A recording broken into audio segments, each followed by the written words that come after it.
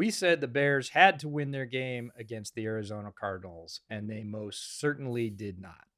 Instead, they probably fumbled away any hope they have for this season in a fairly spectacular fashion. So, just like you, we're asking, what's next? We'll walk through all of it this week on Bear Era.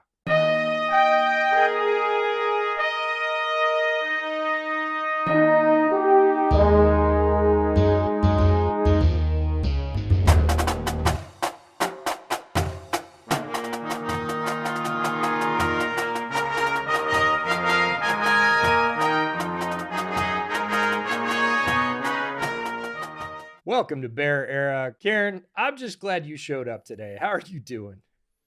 Oh yeah, I'm good. Like I said, it's I showed up, Bears didn't. Yeah, it's not great, but it's good to be here talking about this team because there's a lot to go through from this week because the expectation was they needed to win and they definitely did not. So lots to go through. Yeah, it makes for a good show. Plenty to talk about, as you said. Anyways, thanks to all of you who've been riding along with us now for a month and a half. We deeply appreciate it. Bear Arrow's going really well. We're well over 550 subscribers. But if you have not subscribed yet, make sure to hit that button, click the like, add a comment, whatever. We appreciate it all. Even if this team's not going anywhere, we are, and it's going to be a pretty fun ride. We'd love to have you along. Thanks to our other primary partners that make this possible, Blue Wire Podcast, and of course, Homage Clothing for keeping the entire crew looking good all season. With that, we're going to drop into a season summary, not something we normally do, but we are about halfway through the year now, so we're just going to lay out the facts and let you chew on them for a little bit before we drop into top trio. The Bears are 4-4. Upcoming schedule is the Patriots, the Packers, the Vikings, and the Lions. That's the next 4 games. We'll likely be looking at a 5-7 record after that stretch, with very few, if any, easy games down the stretch after that. Might only win 1 or 2 more games this season after the Patriots game. Seahawks game is possible, maybe a split with the Vikings, but I think at this point that would be lucky. That would have them ending up at 6-11 or 7-10. Players seem like they're in kind of a semi-open revolt against this coaching staff. It feels like this staff's fate is essentially sealed. Yeah, pretty much. From what you said, it seems like almost a guarantee, and it's hard when you just rewind this back 3 weeks, where we're looking ahead to a Commanders game where Bears were in it, should have won it, and then you win that, and there's probably a different performance level against the Arizona Cardinals, and you'd then be the favorite as they are to beat the New England Patriots, and here we are talking about they might only win 1 or 2 more games, and it just shows you how quickly things can turn in the NFL. It is a very difficult spot for this particular team. And there was a stat flashed up on Sunday that was kind of startling to me. I sort of knew it, but then again, when you see it in black and white, it's a little bit different. Coach Eberflus has never won a road game on a Sunday, which would be fine if that's not when you play like 90+% of your games. He's only won 3 road games in his tenure. He's now 3-18 on the road, but never having won a road game on a Sunday really sort of put it in a nutshell for me that this is not a competitive coaching staff. And the Bears organization is simply going to have to do something about that. So with all that being said, we're going to roll into top trio for the week. Ciaran, what's your focus for this week, regardless of whether or not they're playing the Patriots? What do you need to see out of the Bears this week?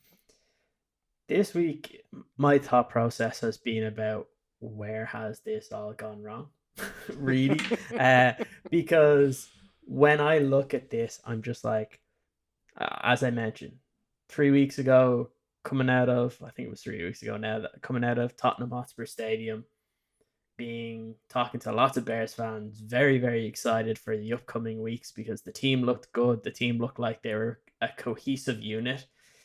Fast forward 3 weeks and there looks like there's a player revolt. There looks like it's almost a guarantee that come the end of the season, the entire coaching staff is going to change, and there's way more questions than answers, and it seemed like the opposite was happening just a couple of weeks ago.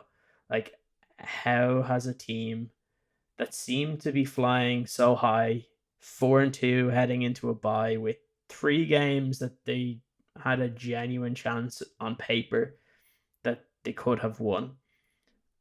Is the problem purely down to the coaching? Is it down to I'd say the overall talent on this team? Because there's a lot of talented players, but then when you dig a little bit deeper, it's where the allocation of resources has been put.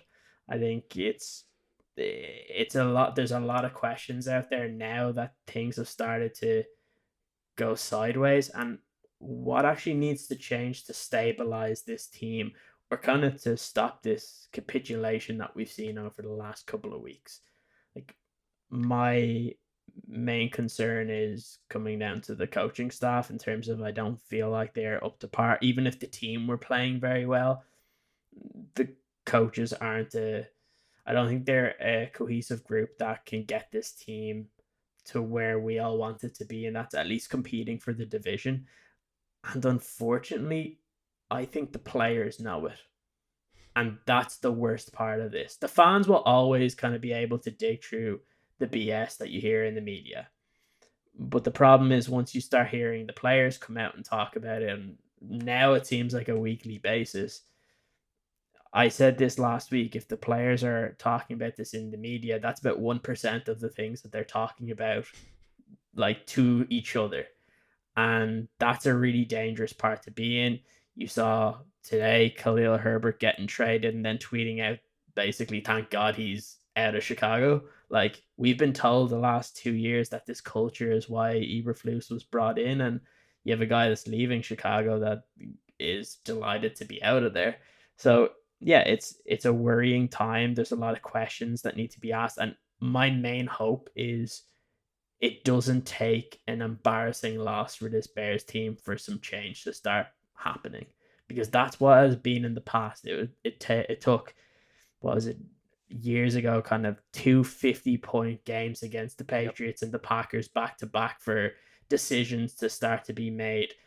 If the Bears genuinely want to say that they're a changed organization and that they do focus on winning, if they don't win against the Patriots, or if they don't win over these couple of next few games, and they start to rack up these losses, decisions have to be made. You can't just wait till the end of the year. You're seeing NFL franchises across the league, when they know a coach isn't part of their future, they move on, because they know that this isn't what they're going to be doing long term. And for once, I would like to see the Bears be proactive in that. If they decide that, look, this just isn't going to work, and that's the way it looks like, when the players start to not really care as much, you're kind of dead in the water as a coach. So that's kind of my main focus this week, because look, if we were looking at these two teams in terms of the Patriots and the Bears are a more talented football team.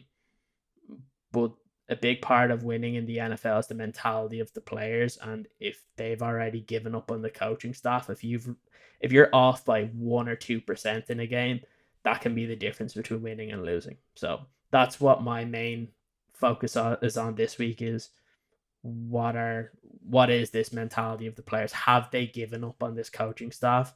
Because if they've given up on this coaching staff, I don't think they'll win another game, and that's a big indictment of the locker room. I would agree. And normally I would spend quite a while responding to all those comments, but actually they're a really good segue into my main focus for the week. So I'll probably just dive in there, because I do think the players are disconnected from the coaching staff. And I do think what the coaches were hired for, Eberflus was hired to be the head coach. He also has a defensive specialty, but we see an alarming amount of defensive breakdowns. In general, the defense plays very well, but that play, honestly, I think the play that's the nail in the coffin, and I tweeted it out at the time, was the long run before half. For a coach that's supposed to be a defensive specialist, we see an alarming amount of large defensive breakdowns that really put you behind the 8 ball in the game. And then it's almost this false heroism of, oh, we'll compete really hard to keep up, when you shouldn't have been behind in the first place. And Shane Waldron, the same way, doesn't seem to be able to adjust. Definitely had much more of a rhythm before the bye. For whatever reason, got bumped off his stride and hasn't seemed to be able to return to any of that rhythm. Offense only really puts up 9 points against the Cardinals. Didn't look good doing it, didn't look like they were using their weapons and kind of pulling a lot of levers that were working for them before the bye. So I'm not sure what happened during the bye, but it was definitely substantial. And now you're left with two of your most prominent coaches who can't seem to do what they were hired to do. And that's where we get to the what's next part. What should the Bears do? What you were alluding to. If the locker room is lost, what do you do? Everybody always says, oh, the Bears won't fire a coach in season because they never have. And I get that. I fully understand. That is historical precedent. And it's often said there's very little to gain from a midseason coaching change. And numerically, that's absolutely true. The one-loss record of interim coaches is not good. But I think that's the wrong way to look at it in Chicago this season. There might not be a lot of things to be gained from a win-loss perspective, but there are still things you can lose. There are things to be lost that are at risk here, and we're seeing it with comments like Khalil Herbert's and actions like DJ Moore's. When everybody knows the ship is sinking, and this is what you were talking about, when there's a fracture between the players and the coaches, and the players don't believe that the coaches can help them win anymore, they will quit. That to me says everything we need to know about that. So in terms of teams turning things around, even if they don't do it in the win-loss column, because I think we're past that with the Bears, the most recent example would be the Raiders when they fired Josh McDaniels. And we basically saw the locker room explode in celebration. They were so happy to be free of that. It was Khalil Herbert's comment, but on a team-wide scale. When everybody knows that this whole enterprise is circling the drain and they're not going anywhere under the current coaching staff, you can still burn a lot of bridges. You can still make a lot of players you might need to count on next season, the season after, really angry by inaction. And I don't think the Bears can afford to hang out with a lame duck or a couple of lame duck coaches and burn those bridges. The roster isn't that deep, and it's already happening. So this is where the Bears find themselves. Eberflus and Waldron's mismanagement is actively alienating the players. It's actively keeping them from winning. And if the Bears' brain trust above them, that's, GM, team president, and ownership, doesn't acknowledge that fact and say, okay, enough is enough. You're taking my very valuable investment, my NFL franchise, and running it squarely into the wall. You don't get to drive anymore. Give me the keys. And they're going to need to do that pretty quickly because the cracks started a week and a half ago. They got wider when basically Eberflus turned a practice into a walkthrough, and players came out of that openly saying that wasn't really a walkthrough, that was a hush session. They told us to keep it in-house, and that made things worse. And then, of course, they go out and lay an egg against the Cardinals and basically get embarrassed. This is past the point of no return. I don't think it's turning around. I don't think if they do beat the Patriots, it makes any difference whatsoever because the slate after that looks really, really difficult in their own division. And they're more than likely to start stacking losses. They might pick one up here, but for the rest of the division games, it's probably going to look extremely lopsided if what they've put on the field so far is any indication. So they risk losing an even larger percentage of the roster and having their own competence, the brain trust competence, called into question for why did you allow this to happen? Why did you allow this to go on as long as it did and sort of rot the roster from the inside? So it might not make it better, but it can keep it from getting a hell of a lot worse. And I do think it's an important one there. You look at this coaching staff and there are places that you can turn to. Okay, you're right that there's not going to be a massive uptick in wins or losses. But if you're looking at this team and you're looking at them, and let's say they play badly against the Patriots, sneak through a win. Well, the Patriots are the worst team left on your schedule.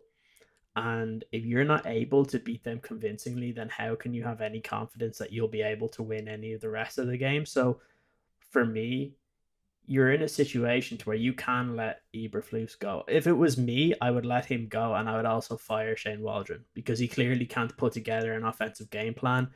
And you have other coaches there that have, in worse circumstances, have been able to do that in the past. You look at Thomas Brown last year, who was in a terrible situation with the Carolina Panthers, and come towards the end of that season when he was calling plays, it looked pretty damn good for them. There was some games here and there where they struggled, but that was a big talent question. I just want an offensive play caller to put guys in the right roles, which it just doesn't seem like is being happening. And the fact is, the players are even mentioning it. Like outwardly, they're saying it, and that's the biggest indictment of an offensive play caller. And yeah, it's not good. There are solutions there for the Bears, and they they need to do something different. Don't let this wait until you play like the Packers, the Lions, the Vikings, and one of them puts 50 points up on you and you don't score. Like, don't wait until that time. If you really believe that Eberflus isn't going to be able to turn this around, and the locker has turned against them, which it seems like it has, stop waiting and just make the decision. And like you, as so like Ryan Poles has a future past Eberflus in Chicago, but I feel the longer that he waits, the less support he gets from the outside. And it's a big thing because outside noise does contribute to decisions that happen within the organization. So if he sees that there is a complete divide of the locker room, he has to fix that. It's his job as the general manager. Yeah, I think stop the bleeding is probably the main theme of this. Don't let it get worse. It doesn't look good. It's been looking worse for the last week and a half in a sort of very negative decline. Got to put the brakes to that. See if you can at least stop the bleeding, get this team back to neutral, see if you can make any progress through the rest of this year and really look towards next season. And that brings us to our fan question of the week from Austin Anhorn. Do the Bears currently have any building blocks on the offensive line with Jones, Jenkins, and Wright all taking major steps back this year? Ciaran, I'll give you the first shot at Austin's question.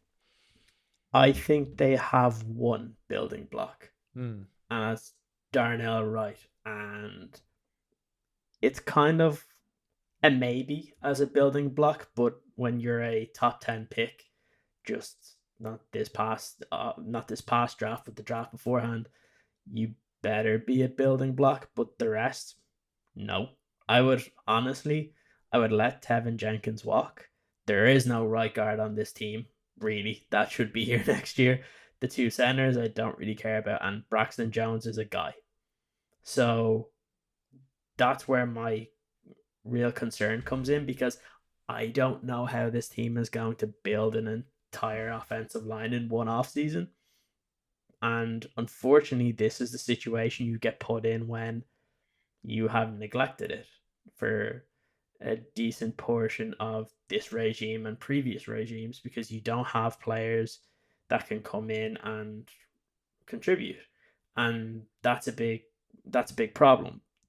Where there's the positives is there are a few guys that may make it to free agency, and we've spoken about them on the podcast before, that you need to throw a boatload of cash at some of those guys. There's some very good interior guys in the offensive line coming out into the draft this year. We assume that they would come out if they're ranked highly. Again, those are guys you could potentially bring in, but in terms of having multiple building blocks on this offensive line, I just don't see it. Like, I give Darnell Wright credit because for a large portion of last year and some of the games this year, you've seen that he's been a bit injured, but I think he was starting to get a little bit healthier, and his play kind of did have a bit of an uptick. But it's tough when you're the right tackle and the guys on the inside of you are getting beaten, because it's your job to protect the quarterback. And if you see a guy getting through, well, you can all say, oh, he needs to win his individual matchup. But if you know a guy beside you has gotten through, like, you need to try and help. That's why they always say the offensive line needs to work together as a unit. But you're only as good as the weakest component. And unfortunately, the Bears have four weak components in that five-man offensive line. And that's a big problem for this team. And that's why it's really hard to gauge where this offense is going to be, because the offensive line is probably arguably top three, top four worst in the NFL. And again, it comes from where you've spent your money.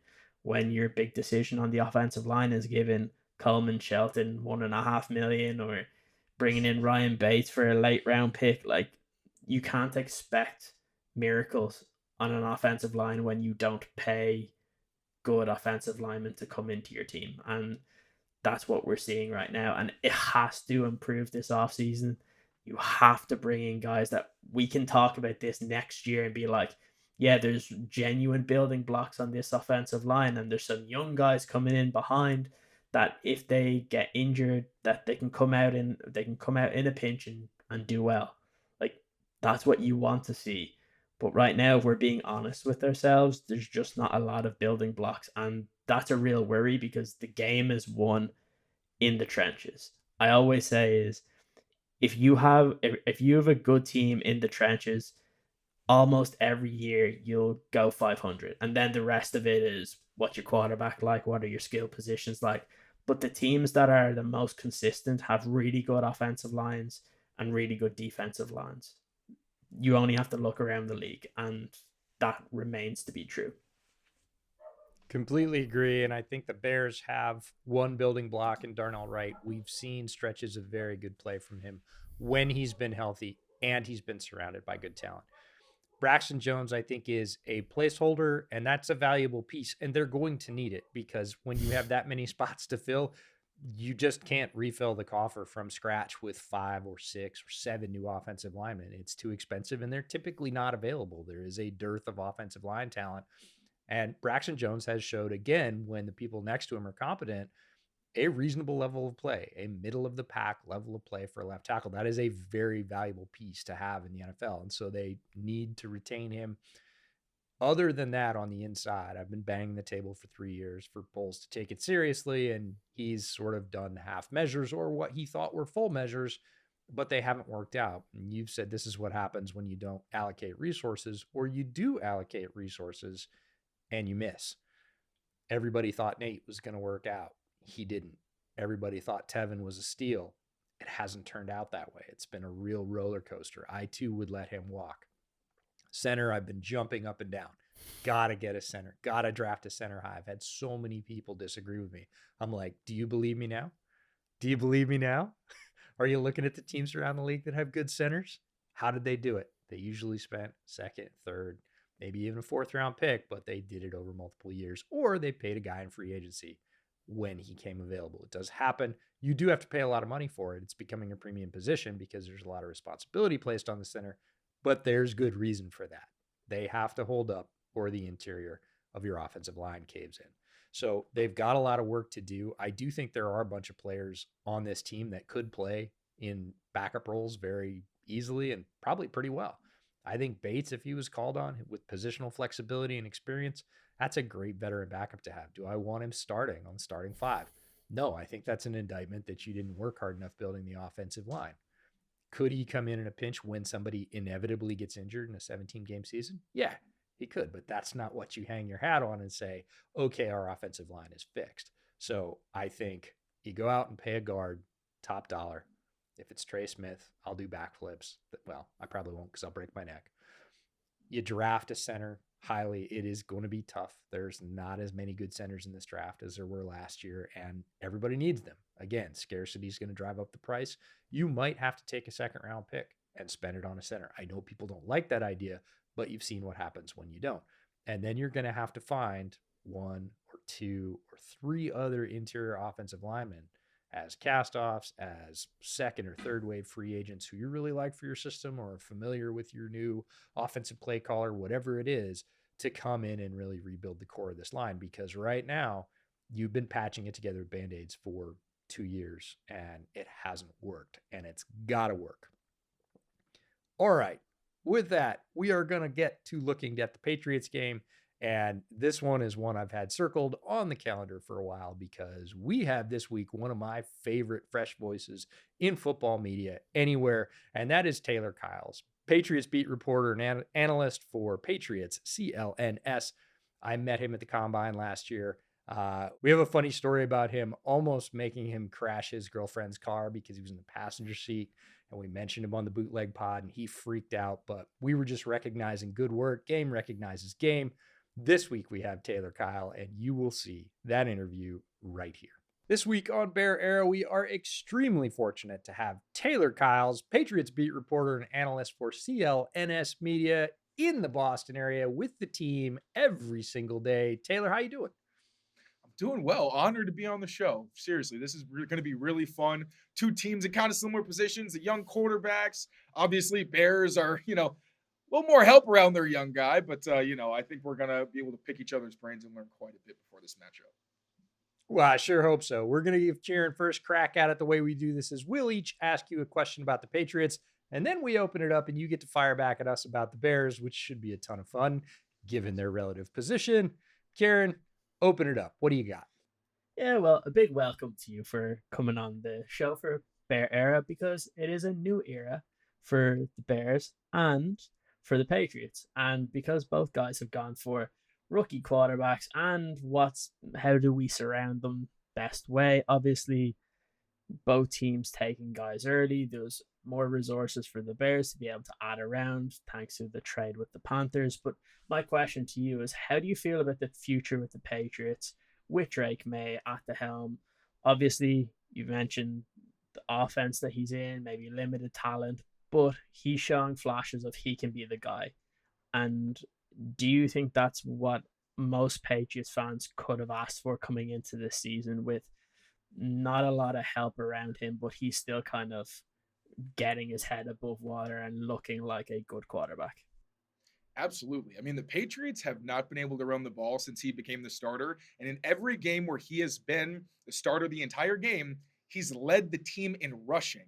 And he almost led in a game where he got a concussion and had to leave in the first half. So, yeah, Drake May's kind of putting the team on his back right now a little bit. And honestly, when it comes to like the future of the franchise, I feel like the best players to ask you about that are the players, the guys who are going to be here for a while, like Ramondre Stevenson just signed an extension, Devon Godshaw signed an extension this offseason. In a game that they lost in overtime, hard-fought game, guys are tired. I'm in the locker room. It is pin drop silent. When they get asked about Drake May, people light up. It's like you finally feel like there's genuine hope. And last year, it was tough, right? Because, like, obviously the guy that you thought was the guy, maybe not everyone was convinced, but who was the guy regardless, gets benched midway through the season. And then even his backup, they're winning more games, but it's clear he's not the future of your franchise. And I don't think since Tom Brady have Patriots fans really felt like they had a quarterback who they could go into a game and always think they have a chance of winning, especially in like long yardage, critical situations, your back's really up against the wall. I think Drake May finally gives them that just breath of hope finally. So I think the players are on board. Everyone else is excited outside of that building, knowing that this is a talented kid, 22 years old, seems like he's well ahead of schedule. So I think the future is bright with him, but like it's kind of got to be the crux of the show. I feel like when it comes to the Patriots, it's all about surrounding him. I think the Patriots made valiant efforts. I think the extensions they made were smart ones. I liked a lot of the players they drafted initially. Some were definitely questionable, but I at least liked the effort to, we got to get some offensive weapons. We got to get some offensive linemen. The development needs to progress, but, I think that they understand the task at hand. This cannot be a Mac Jones 2.0 situation. Drake May is holding up his end of the bargain. Now, over the next few years, the front office and the coaching staff have to do theirs. How cool is it that so far, again, only halfway through the season, out of this last draft, it looks like the top three quarterbacks can all play. I mean, obviously, Jaden Daniels having an amazing rookie season. Drake was the last of the three to start, but has shown solid flashes since then, even in a, we'll call it talent poor environment overall on the offense. And Caleb's had his games as well, up and down, some questions about the offense, but I don't think any of the three franchises are looking at their rookie signal callers going, oh, wait, did we get a lemon? Like, that is just an awesome way to come out of a draft for a league that is really driven on quarterback talent. So that rolls into my question. With all the changes this year on the Patriots side, coaching staff, QB shuffle, offensive line, musical chairs. Stop me if this sounds familiar, Ciaran. The offense is bouncing off the bottom of the league in most statistical categories. Is that story, in your opinion, overshadowing or hiding the significant drop-off in the defense? And I've got a follow-up to that because you and I this summer talked about Christian Barmore. How much of that do you think can directly be attributed to Barmore's absence? I mean, a lot of it. It's defensive line, obviously, is one of the few positions where you really can be a game wrecker on every single play.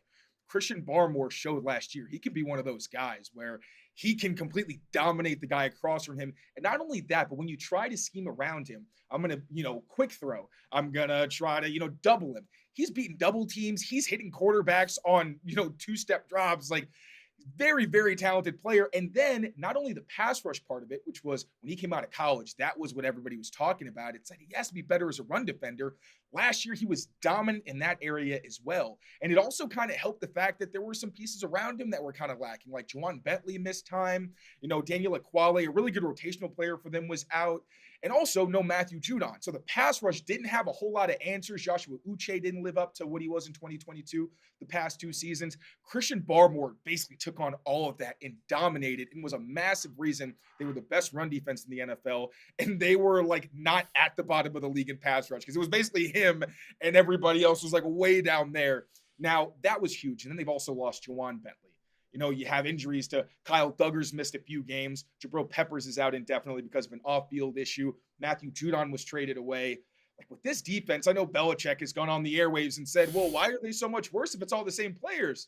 Bill, I love you. It's not the same players. You're talking about 6 of the top run stoppers for the Patriots last year are out indefinitely or have missed significant time or are on other teams. So I think when it comes to the defense, one, coaching has to play some factor. Like you can't ignore the fact that, yes, from Bill to DeMarcus Covington, there has been a drop-off. Shocker. Gerard Mayo, not as much a part of the defense after being one of the de facto coordinators, someone who ran all the meetings, was a big voice in that room. Now he wants to be more of a CEO type. Now we'll see over time if that's really the best role for him. But really, there are significant changes on that defensive side of the ball. Now, that being said, some players have for sure disappointed. Like Jelani Tavai had a pretty slow start to the season. I think the safeties were a bit inconsistent at times. But there's also some pretty glaring holes, and they're really trying their best. Like Jaquelin Roy, they pick up at the beginning of the season when he got cut from the Vikings. Actually a solid player for them. Right now, I think he's top 10 among interior defenders and run stops. Like they're trying to find the pieces to replace the guys they've lost, but I think it's impossible to ignore, again, the coaching drop-off and changes. I think changes is more fair than drop-off because I think we all know what the reality is, but it's also difficult when there's so many key players on that side of the ball that are no longer able to play for you, or at least again are out and we don't know when they'll be back. It's a really interesting one when you look at the Patriots in terms of, you mentioned the changing of the guard from going from Belichick to now.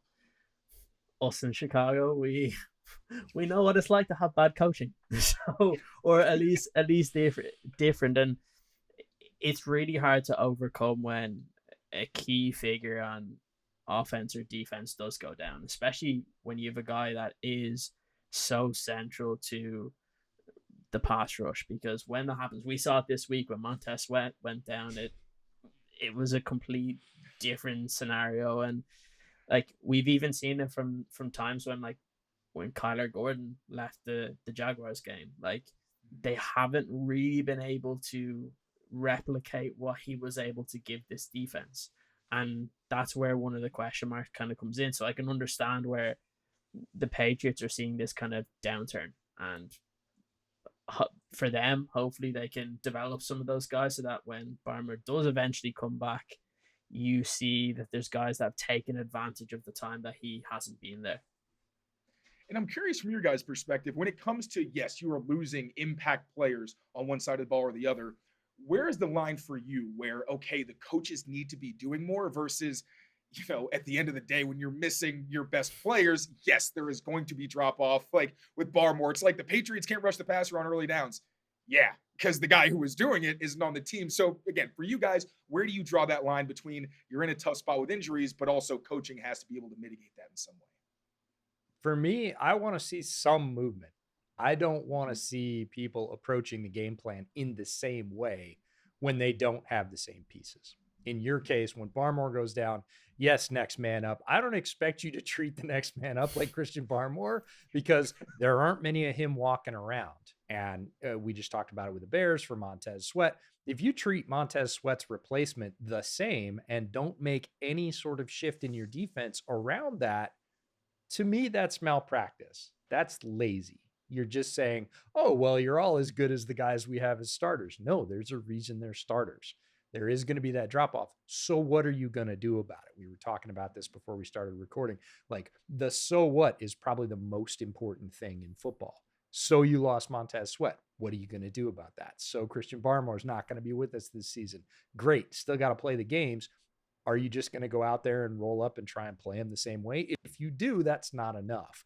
Like if you try something and it doesn't work because you're short on talent, or hey, look, you just got out schemed. We see that every week in the NFL. Like that's fair game. That happens. It is a very competitive league, and there are changes that are extremely dynamic from week to week, from month to month, from conference to conference. It goes in, everybody tries to steal and everybody's got everybody else's tape. So that's cool. But if you don't throw any wrinkles in and you just kind of march out there the same way and say, well, we're just kind of waiting until our big guy gets back, that to me is not enough. And that's an indictment of coaching. And we've seen a little bit on that on the offensive side, not necessarily with losses and injuries, some on the offensive line, but more just ineffectiveness. Like it hasn't been landing with Waldron's offense. It was right before the bye, and then somehow the wheels came off at the bye, and there's been this, I don't want to say intransigence, but just like this, like, well, I'm calling the plays and they're not working. Yeah, I get it. Switch it up, right? You have talent out there. You have a good receiving core. Are you using them correctly? You have a good weapon that's developed significantly over the last 2 seasons in Cole Kmet. Where's he? You can't put him on a milk carton and expect to win. So what are you doing as a coach to sort of reshuffle the deck? Because every coach, every staff deals with losses, attrition, injury, lack of performance. You got to keep moving those pieces so that they're put in the best position to succeed, because when it comes down to it, that's your job as a coach. Yeah, when it comes to coaching, it's all about adaptability, right? Like, because you know that it's a guarantee that you're going to lose some important players every single season, especially when it comes to the line. You typically will always lose 1 or 2 offensive linemen. You'll lose a defensive lineman throughout the season. So how can you adapt? How can you put players in a position to succeed? And that's what players want to see, is that they have faith in your own coaching staff, that look, they're fighting through being hurt the entire year. They're trying to battle through practice when they have little niggles, and players are more likely to fight through that when they know the coaches are putting them in a position that makes them look good. And whether it's for them personally, maybe they're coming towards an end of a contract, or for them kind of building their stature within a team that might be one of the young guys that hasn't had a lot of chances. If they see there's a coach that puts you in a position to succeed, they'll follow what that coach wants to do. The one coach I always remember for the Bears that I always heard players talk about, doesn't matter what happens or who's in there, they always put us in a position to succeed, was Vic Fangio. He was always that. You heard every single defensive player, whether it was a starter or a depth piece, saying that they trust what he's going to call because he puts us in a position to win. And that's what every coach needs to try and be able to do, is you put guys in the best position for them to succeed. So like you said, EJ, you don't want the guy that's substituting in for Barmore to come in and try and do the exact same thing, because he's not going to be able to. But you need to look at what he can do and how can it fit within your scheme to where it can help your team be successful. And it's the same thing for the Bears offensive coaching staff. How can they put the likes of Cole Kmet, Rome Odunze, Keenan Allen, DJ Moore in a position to be successful? Because if you can do that, those guys will buy in. As we've seen, the offensive coordinator doesn't look like he can do that, so you're seeing guys not buy in, and that's the issue right now with the Bears. Yeah, that's one thing the Pats, Jonathan Jones was actually asked this earlier today, that he said, even he admitted that surprisingly, yeah, there's still a lot of buy-in and guys have that fight. And again, like having a guy like Drake May also helps, because you have the quarterback who you feel like gives you a shot. And even with New England, you see like the lineups are changing, where sometimes it's just a guy is not a fit with the people around him necessarily in certain situations. They're experimenting. You see little things they try to do where it feels like line games are much more prominent than they were in other seasons, where with Matthew Judon, it was like, yeah, just let him crash inside and loop every once in a while and he'll be all right. Give him a speed rush every now and then. They don't really have the guy who can win that way. With Barmore specifically, I mean, you can kind of just do whatever you want with him on the inside. And now you got Keon White really as that real interior rusher who in those passing situations you have to scheme around, because if you don't account for him, he's probably going to embarrass your guards. They're also trying to get Anthony Jennings more in that actual Matthew Judon role, where he doesn't have the same athleticism and explosiveness, but you at least see, well, when he does have success, that's where he's at his best. And he's good as a run defender. So you know what? Let's give him more opportunities, see what he can do. So I think those are great points, because in New England, when things are bad, it's really hard to see the forest through the trees of like, okay, but there are things where this young team is making strides, and they're not sitting on their hands being like, oh, well, Raekwon McMillan can't really play well anymore. Oh, well, got to put him out there. It's like, no, he hasn't been playing very much. It feels like they do because they need a rotation. But yeah, great points by you guys. And it's kind of giving me some ammo to kind of throw out on the Twitter sphere and all the places where, fans are starting to just kind of get frustrated with what's going on in New England. Well, you always need those. You got to have bullets to shoot back, Taylor, because we Yes. know that you take plenty of shots. Speaking of taking your shot, we open up the floor every week so that you can bring a question to us about the Bears. What is it that you want to know about Chicago at this point in the season? So I'm curious, as a team where obviously, injuries play a part of it, but left tackle situation, not great for the Bears right now, but wide receiver, ton of talent. So do you think it's more important to prioritize wide receiver or left tackle for a young quarterback? Because I've heard great arguments for both. Like, the way I see it personally, I think the receiver helps more because, one, I don't mean to make it super simple, but receivers can score points. And also, if you have that really good X receiver, at least he can win quickly. Like, if he can win on a slant or a go ball and you can trust that he's going to do that, you don't have to hold on to the ball. You got your easy button. But at the same time, if you have that left tackle and obviously that position solidified, makes things a little bit easier on your quarterback. They don't have to worry about that guy, strip sacking him because he wasn't able to see him and was trying to go through his progression. So what are your guys' takes on the more important spot to address for a rookie or just general young quarterback? Ciaran, I'll give you the first shot at this one. I like the way that you said left tackle right now. Like, it hasn't always been a problem for the Bears. But yeah, like it's a tough one, because I think if we were talking about it as a Bears situation, they have the wide receivers. That's good. I would love to have that kind of all-pro left tackle, but then my problem is I don't like the interior of the offensive line, which I actually think is almost as important, because for Caleb, if he was able to work in the pocket and move up, I think he becomes more confident. But also, I think a problem that the Bears are currently having is, and we've just mentioned it, is getting the guys that are out there in the correct roles. Like, you have DJ Moore, you have Keenan Allen, Roma Dunze, you have Cole Kmet, you have a mixture of running backs, and it just doesn't look like they're being put in a position to succeed. So I look at some of the kind of receivers around the league match with quarterback, right? Like, you saw what ended up happening when Jamar Chase went with Joe Burrow, and it worked out really well. They get to the Super Bowl and everything looks great, and that particular offensive line was garbage.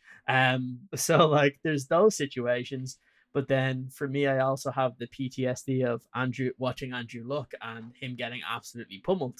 So I think it's tough. I think the context of the situation is really, really important. I think if we're looking at it in terms of a Bears offense, I agree with you. I think the receiver is very, very important, because the Bears have 3 receivers. They have their tight end. I think if we put this question out to a lot of Bears fans, they'd be like, we need a left tackle. We need a good offensive line, because our offensive line, anybody could pass rush Caleb Williams against, and that's a big indictment of the organization. But it's a really good question, and there's a reason why I think it's kind of split between the two, and it typically comes to what's the context of the situation. Like, the Patriots have an okay offensive line, and they need that X receiver, so everyone focuses squarely in on the X receiver. When we were talking 3 years ago about Justin Fields with this Bears team, and the offensive line wasn't very good, but there was no receivers. What did everybody want in the draft? An X receiver. So that's what everybody kind of goes to. But yeah, maybe it goes towards, what are you trying to do on offense? What is the style of your offense? What is the kind of mentality of what you want to build your offense around? And yeah, if you can have a top of the range X receiver, but your offensive line is average to above average, I think that's a good situation. And then vice versa, if you have a really, really good offensive line and you have at least above average guys on at wide receiver, you can get by. But again, I think it probably comes to the context of the situation. Yeah, it's all movable pieces. And I think the most important pieces to answer the question, because the true answer, as you alluded to, Taylor, is it depends. And I know NFL fans hate that. They love absolutes, black, white, yes, no, 1-0, but it's not really that kind of question. So the most important things to sort of dig into are who's your offensive play caller and what are they trying to achieve? Because there's a big difference there. And there's going to be different weights put on those two positions based on what they're trying to get done. And who's your quarterback and how does he play? And give a couple of examples. If you are Greg Roman and you are going to the Chargers this year and they didn't really have either.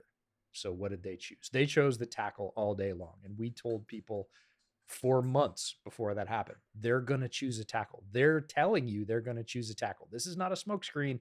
They're going to choose a tackle because Greg Roman wants that protection. He wants to be able to run the ball. And when people clamp down on that, he's going to overprotect and take a play action shot. That's Greg Roman in a nutshell. So if you give him the 9th or 10th overall pick as a wide receiver and you don't have a tackle in his offense, it's probably going to be wasted, Justin Herbert or not. Doesn't matter. Same thing. You brought up Burrow, Ciaran. It's a great one. They had that chance, right? The classic Penei Sewell, Jamar Chase, all the memes, right? But Burrow's pocket movement is extremely good. And we saw what happened with Zach's offense when Jamar Chase got added. Jamar Chase is a very good, I'm not going to use the word generational, but he is a very good wide receiver. And that offense and that team went way farther than it should have a year early because of Jamar Chase being added and Burrow being able to buy a couple extra seconds in the pocket with what he knew was a garbage offensive line, and it powered that team. So, who's your coach? Who's your play caller? What are they trying to get done? What are they going to prioritize? And then who's your quarterback? Can he move around? If you take the same situation and you put it to the Lions, right? They end up picking Sewell, so it's interesting. But if you have Goff as your quarterback and you pick Jamar Chase and you don't have that young offensive line in front of him, is Goff the same player as Burrow in terms of moving around in the pocket? He's not. So, regardless, I would probably pick the tackle for the Lions because I have Goff and I know Ben Johnson's going to be able to scheme guys open. So, taking a look at those two pieces, saying, what are you trying to achieve and what do you have? And then playing mix and match so you don't get your quarterback killed is probably the best answer, even if it's not the most straightforward. Yeah, it sounded from all this like the Patriots need an X real bad. because I'm thinking Alex Van Pelt, like he wants the big plays, and I know he wants to run the ball and be the physical team, but why does he want to do that? Greg Roman wants to do it because he literally wants to like run you into the stands, whereas Alex Van Pelt is more, yes, we are running to set up explosive plays. Also, another way he likes to do that, 3-by-1 formations. He loves that ISO receiver. Patriots don't have anybody who can win in those matchups. And if you look at like Jacoby Brissett, a big reason he doesn't look the way that he did in Cleveland is because he doesn't have DPJ. He doesn't have Amari Cooper, who, yeah, you can throw to them outside and they're probably going to win and in a timely fashion. Whereas New England doesn't really have that. And then even Drake May. In college, he loves those ISO matchups. Javon Baker, when you looked in the preseason and training camp, he tried to feed Javon Baker with all of his might. It didn't work because Baker was having a little bit of a dropsy problem. It's okay. He'll figure it out. He's starting to be on the uptick. I think he'll actually play more this week, hopefully. But yeah, I'm starting to think if Javon Baker doesn't end up being that guy for them, as much as New England needs a tackle, they got Badarian Lowe. I think he's only given up 1 sack this year. Now, he's missed some games, but still exceeding expectations. So, my Ted McMillan hype train looks like we just got some extra coal to put in that furnace. Let's see if we can get you down the tracks on that one. Badarian Lowe's fun. We got to talk to him at Shrine Bowl. And again, the left tackle, you're coming into a very similar situation where you have Braxton Jones, you've got Badarian Lowe, both sort of overperforming their draft stock and playing at a serviceable level, which is a super valuable thing to have in the NFL. Speaking of super valuable, can't thank you enough for your time this week on Bear Era, spending so much of it with us. Hope you're looking forward to the rest of the Patriots season. Where can everybody find your stuff? Appreciate you guys. This was as much fun, more fun than I thought it would be, which I don't even know how the heck that's possible. But yes, you can find me at tkyles39 on Twitter, X, whatever you'd like to call it. And then you can find my written work at clnsmedia.com. I'm also over at YouTube at Patriots Press Pass. I know the Patriots aren't really grabbing headlines, and for good reason, but Drake May has been fun, and every week I make sure to break down some of his best plays as well as places where he can improve. So if you just want to get psyched about these young quarterbacks, come on over. We'd love to have you. Well, either way, we can't thank you enough for your time, and first beer's on me at the Combine. Thanks, buddy. Always great to have beat reporters on the podcast. They are in the building, talking to the players, talking to the coaches all week, every week. Nobody's got their finger on the pulse of the team better than the local beat reporters. And Taylor is a fantastic one. Love his energy. Ciaran, what'd you think?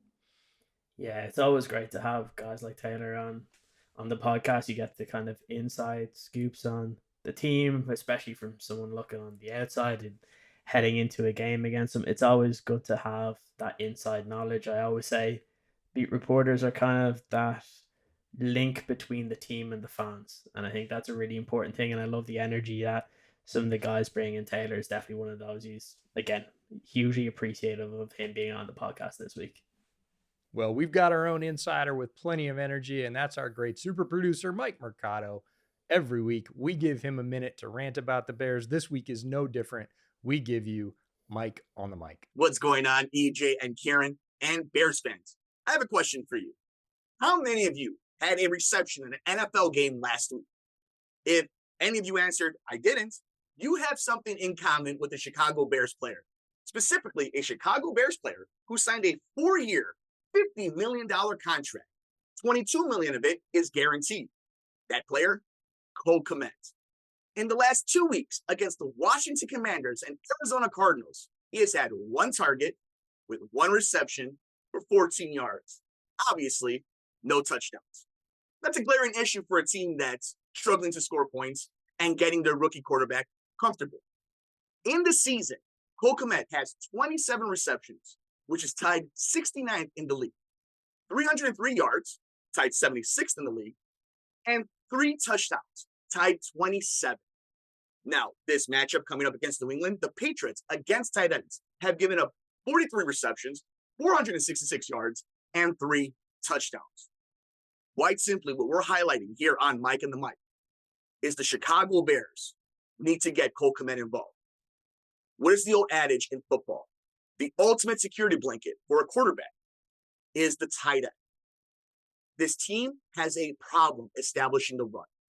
So if you can't protect your quarterback by display of this offensive line and establishing the run, you need to get rid of the ball quick. And the best way to do that is by giving it to a unicorn the size of Cole Kmet. And if this team wants to avoid a 3-game losing streak while developing their young QB, Shane Waldron has to do a better job of scheming open Cole Kmet. And when in the red zone, take advantage of his natural ability and his skill set.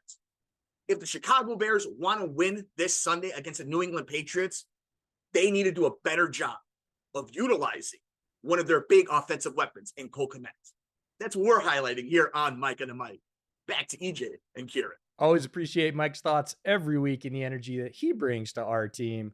With that, we'll give some cheers and thanks again to Blue Wire, to Homage for making us all look great. Again, anytime you click on the QR code on screen, use that link, purchase anything at Homage, whether it's football related or not. Who knows? Maybe you just need a nice soft hoodie for the winter. We'll get a cut of that. It's a great way to support the podcast. And with that, Ciaran, any closing thoughts as we head towards this Patriots game? Please win.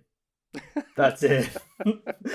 Honestly, I just want to see a different level of want from this team. I don't want to have to go through the rest of this year of being like, oh, well, the players have given up. So that's pretty much it.